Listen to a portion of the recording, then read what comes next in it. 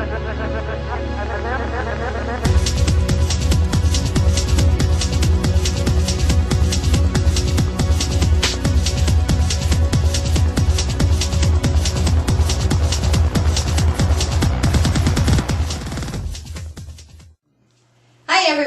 I'm known by name as Irene Moss Gravenhorst, and I am a force of change to create abundance with truth for freedom on earth. The purpose of this video is to respond to some comments on my film called Choosing Freedom, distributed on YouTube and Google. It is important for you to understand who I am, and those who discredit me, I place you on notice that as you judge me, you judge yourself, pursuant to the universal laws of reflection as researched by Greg Braden. It's the oldest trick to judge without knowing the history or doing some research. It is also how government hires agents to discredit the truth-sayers. I teach common law jurisdiction versus admiralty maritime jurisdiction to help you understand the importance of your name and to promote my workshops based on 19 years of legal research as a legal assistant, legal secretary, self-litigant, and educator. All this came about by changing my lifestyle and leaving a 17-year common law abusive alcoholic relationship. Everyone thought I was nuts to leave because he was very rich. I went from riches to rags on a mission to secure freedom for humanity and peace for earth by testing the old system. As a teacher and student, I have no regrets because I did it my way. First, let me provide you with a short bio on how I understand this. In 1955, when I was born, there was a birth certificate issued to my capitalized name. The certificate was not signed by my parents, therefore it has no force or effect. This is important to know because my mom was a vessel and ship who birthed her child at the dock's hands. The dock capitalized on the family name without disclosure to my parents and produced me, the cargo, chatteled by registration of a birth certificate. In 1959, when I moved to Holland from Indonesia, my name appeared on my mother's Dutch passport. The pirates at sea, private bankers, lay claim to your name by capitalizing on it behind your back with the security of an insured number, the social insurance number. I call it the slave identification number. Ladies and gentlemen, it should come as no surprise to you that slavery exists in Canada. Established in 1867 by private bankers and a tax collector known by the title to her name as Her Majesty the Queen and Right of Canada, I teach you how to reclaim your name in any style of cause with matters of commerce pursuant to contract and equity law by estoppel. Understand the importance of jurisdiction and words. Watch The Occult World of Commerce by Jordan Maxwell and Jason Whitney. Do the research. My mission began in 1997 when I left my common law spouse and entered a 5-year legal battle. Disillusioned and disappointed by a court settlement, I knew that there was something wrong with the Just Us system and began my journey to freedom. Right after the settlement was filed in the year 2001, my accountant, who was a tax informant, reported my court settlement to CCRA, which is a corporate entity serving the Queen of England. But because she is head of Commonwealth, she is the Queen of Canada, and she confirmed this in a letter to me.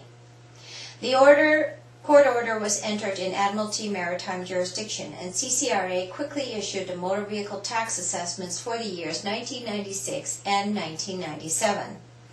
These issued fabricated numbers are produced out of thin air because there are no tax laws that capture natural free men and free women to bondage slavery in Admiralty Maritime Jurisdiction, unless, of course, you consent to their tax contracts by voluntary compliance. Watch From Freedom to Fascism by Aaron Russo and understand the definition of these words. I appealed the assessment and appeared as a self-litigant before Judge R.W. Rowe. I entered 3 5-inch binders of evidence that took me 8 months to prepare in order to explain my truth. Judge Rowe ruled in my favor in 2002 because the tax contract was not signed by me, and he referred the assessment back to the Minister of National Revenue for reconsideration. Ignoring the judgment, CCRA garnished my HSBC bank account. When a bank employee handed over my deposit and said, "Irene, take the money and run," I knew that I was on a very important mission. I pursued a meeting with the vice president of HSBC and told him that I felt raped by this garnished bank account because CCR judge's decision. Drew Hawkins, an experienced banker from England, replied, "Irene, this happens all the time." In a telephone discussion with CCRA collection agent Lily Chung, she said, "We don't care what went on in court. We just want the money." I knew that there was something wrong with this tax system. Where do taxes go and who controls the money? So I put the bankers to a test and went to a mortgage broker to find the best interest rate and banking package. Drew Hawkins of HSBC was frustrated and called me in for a meeting, saying that perhaps he can help me with another type of bank account that would protect me. I turned down his offer because he could not guarantee the stop of another CCRA grab to my account.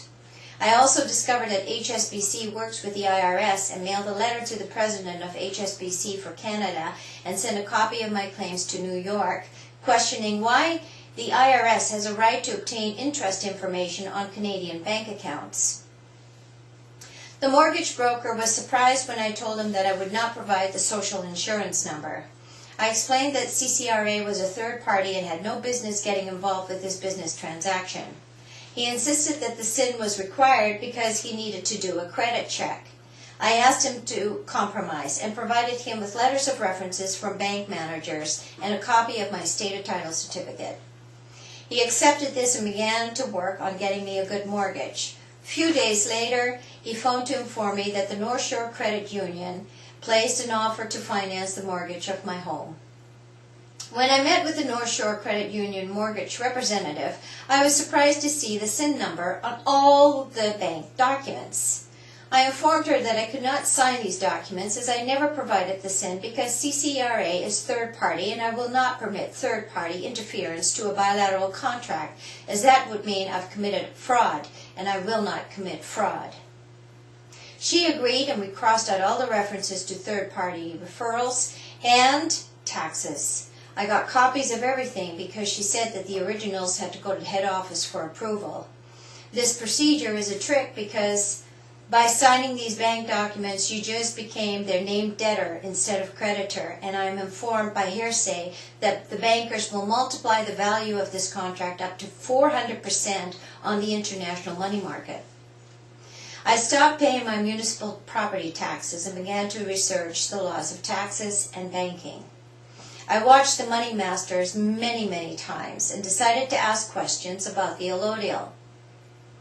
First, I asked the North Shore Credit Union. I received no response. So then I asked the municipality. Again, silence. Then I asked the Land Title Office. Again, failure to respond.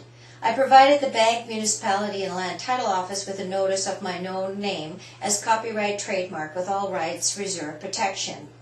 I abandoned my social insurance number card by registered notice to CCRA and copied the Queen on all my correspondence and user accounts for copyright trademark name infringements in the year of January 2005. The bankers decided to hire a local lawyer who was noticed by me about being third party, as I gave him no permission to interfere in bilateral contracts for copyright trademark name infringements, and he backed off immediately. The bankers, North Shore Credit Union, went shopping for an aggressive foreclosure lawyer by the name of Andrew Burry of Gowlings and Hendersons in Vancouver, who proceeded immediately with a petition to foreclose. Tired of the courting games, a friend of mine, Dennis, encouraged me to pay for my mortgage by a CIC bond, which is called a Canadian Immigration Certificate Bond. This bond is issued by the Queen from Admiralty jurisdiction.